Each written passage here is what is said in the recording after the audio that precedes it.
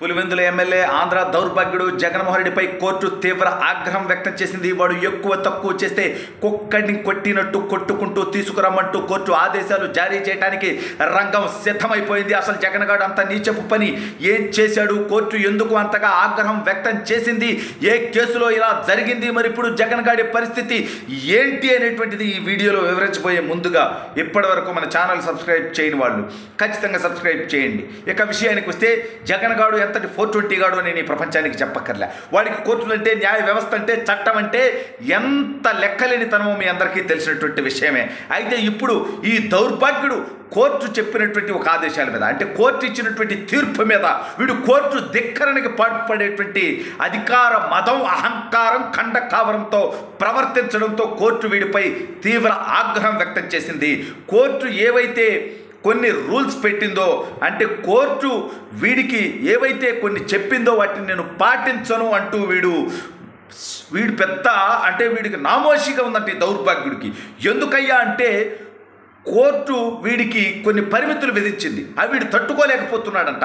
అసలు ఇంతకీ కోర్టు ఎందుకు పరిమితులు విధించిందా అని మనం చూస్తే, జగన్ గారి మీద 32 కేసులు ఉన్నాయి. ఇది మీ అందరికీ తెలుసు, నాకు తెలుసు. అంటే వాడి బతుకే అది కదా. సరే, అవన్నీ పక్కన పెడదాం. ఇప్పుడు లేటెస్ట్గా ఈ దౌర్భాగ్యుడు తెలుగుదేశం పార్టీ ఆఫీస్ మీద దాడి చేపించినటువంటి ఘటనలో కూడా నిందితుడు కాబోతున్నాడు. సరే, ఇవన్నీ పక్కన పెడదాం. అయితే ఇప్పుడు కోర్టు ఎందుకయ్యా అంటే వీడు లండన్ పోవాలి అన్నాడు. అయితే వీడు ఒక కేసు గురించి నాకు తెలియదు అని కోర్టుకు చెప్పడం జరిగింది. ఏంటయ్యా అదంటే, నారాయణ గారి మీద వీడి నిరాధార ఆరోపణలు చేస్తే వీడి మీద ఆయన పరువు నష్టం కేసు ఇస్తున్నారు. లోకేష్ గారు కూడా ఒకటి వేస్తున్నారు, సాక్ష్యం మీద, హక్కుపక్షం మీద.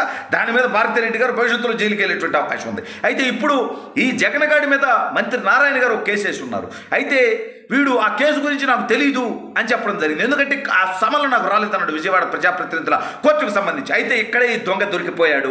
ఏంటయ్యా వీడు దొరికిపోయింది అంటే, వీడు 2019 ఎన్నికల అఫిడవిట్లో వీడు పెట్టినటువంటి కేసుల లిస్టులో ఆ కేసు ఉంది. అదేవిధంగా 2024 అంటే ఈ ఏడాది ఎన్నికల్లో పులివెందుల ఎమ్మెల్యేగా పోటీ చేశాడు కదా, ఆడే గెలిచాడు. ఇటు జస్ట్ పులివెందుల ఎమ్మెల్యేనే, ప్రతిపక్ష నేత కూడా కాదు, అది ఓకే. బట్ ఆ ఎన్నికల్లో పోటీ చేసేటప్పుడు కూడా అఫిడవిట్లో నారాయణ గారు పెట్టినటువంటి కేసు వీడు అఫిడవిట్లో పెట్టడం జరిగింది. ఈ యొక్క పరువు నష్టం దావా కేసు పెండింగ్లో ఉంది.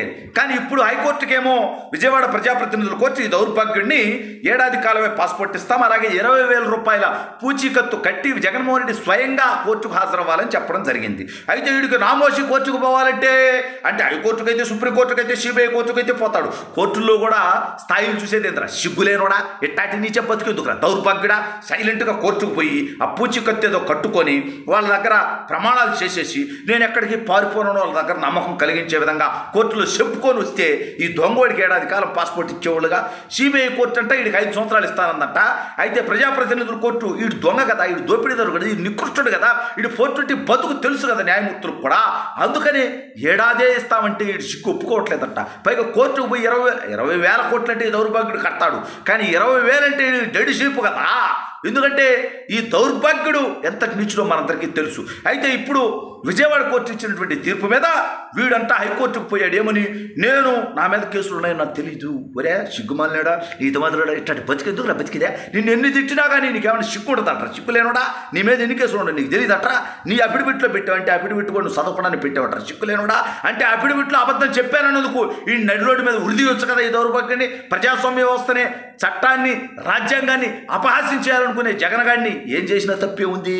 అంటే వీడిని రాజకీయంగా ఆల్రెడీ ప్రజలు సమాధి చేశారు. అయినా సిగ్గు ఎక్కువ లేకుండా ఇంకా విష ప్రచారాలతో బతుకుతూ ఉన్నాడు. అయితే హైకోర్టును ఆశ్రయిస్తే హైకోర్టు వాదనలన్నీ అయిన తర్వాత 11వ తేదీకి తీర్పును వాయిదా వేయడం జరిగింది. అయితే ఇప్పుడు ఏరా విజయవాడలో నీ మీద ఒక కేసు ఉందని నీకు తెలుసు, ఏది పరువు నష్టం దావా కేసు ఉందని నీకు తెలుసు, నువ్వు దాన్ని అఫిడవిట్లో కూడా పెట్టావు 2 ఎలక్షన్లో. మా దగ్గరకు వచ్చి ఆ కేసు ఉందని నాకు తెలియదని చెప్పావు.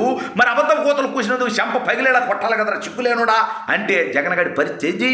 ఈ దౌర్భాగ్యుడు ఇన్ని అబద్ధాల కోతలు కూసేవాడు. వీడు ఒకవేళ లండన్ పోతే మళ్ళీ తిరుగు రాడేమో, వీడి కేసుల విచారణ పూర్తయ్యేంత వరకు అసలు వీడు పంపించొద్దు, అసలు వీడు బెయిల్ మీద బయట తిరుగుతూ ఉన్నాడు, కోర్టుకు విచారణ కూడా హాజరవ్వట్లేదు, వీడిని వెంటనే అరెస్ట్ చేయండి అంటే నీ బతుకేమవుతుందిరా నాకు అర్థం కావట్లేదు.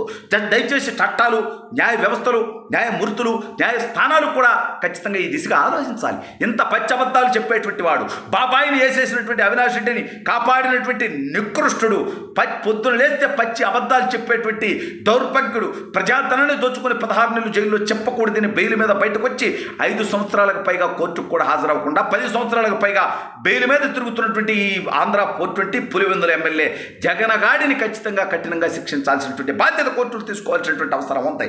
లేకపోతే వీడి ఈ రకంగా గతంలో మనం చూసాం.